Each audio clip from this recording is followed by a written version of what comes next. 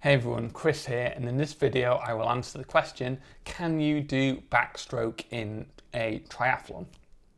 And the answer is yes, probably. There's a couple of caveats, and as we go through the video we're going to explore what those are.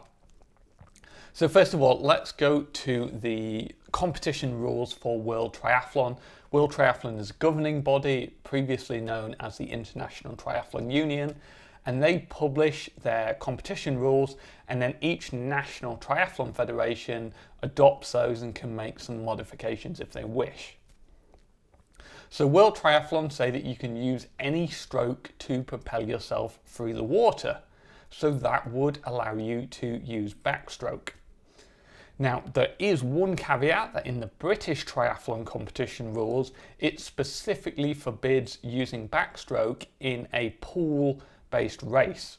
So there's a lot here in the UK, there's a lot of pool sprint races where you do your swim in a swimming pool and then do the rest outside. And you cannot use backstroke in a pool-based event. Now, I looked up the rules for USA Triathlon and Triathlon Australia, and they don't have that rule in. They just say you can use whatever stroke you want. I don't know how common pool-based events are over there. It may be that they just don't come up, but if you're at a pool-based event, then you might want to check with the organizer if you're allowed to do backstroke. In the UK, you won't be, because it's against British triathlon rules. Now, so that having said, in open water, you should be able to use it, but again, there are a couple of caveats. So the major problem with swimming on your back is that it looks like you're signaling for help. So if you're struggling in a race, what you're supposed to do is roll onto your back and wave at the nearest safety person.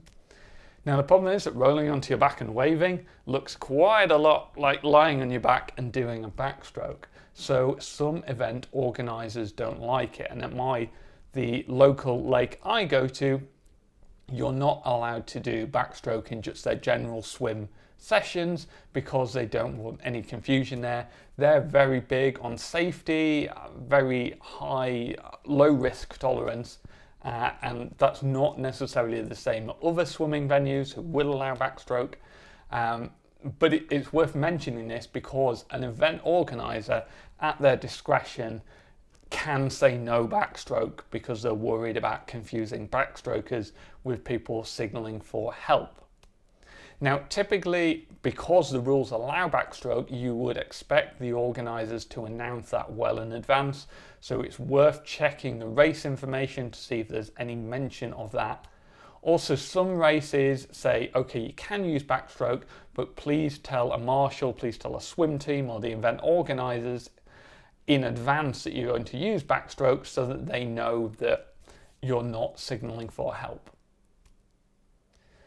So, if you're in open water, you probably can use backstroke unless it's specifically forbidden by that event rules. If you're in a pool-based event, then it's less likely you will be able to use backstroke. Certainly here in the UK, you won't be able to. I'm not sure about other countries. But in the open water, you should be fine. A lot of people use it to catch their breath. Now, if you are worried about not being able to catch your breath, and you're now paranoid and thinking, oh, what if I get to the event and it's suddenly banned by the organisers?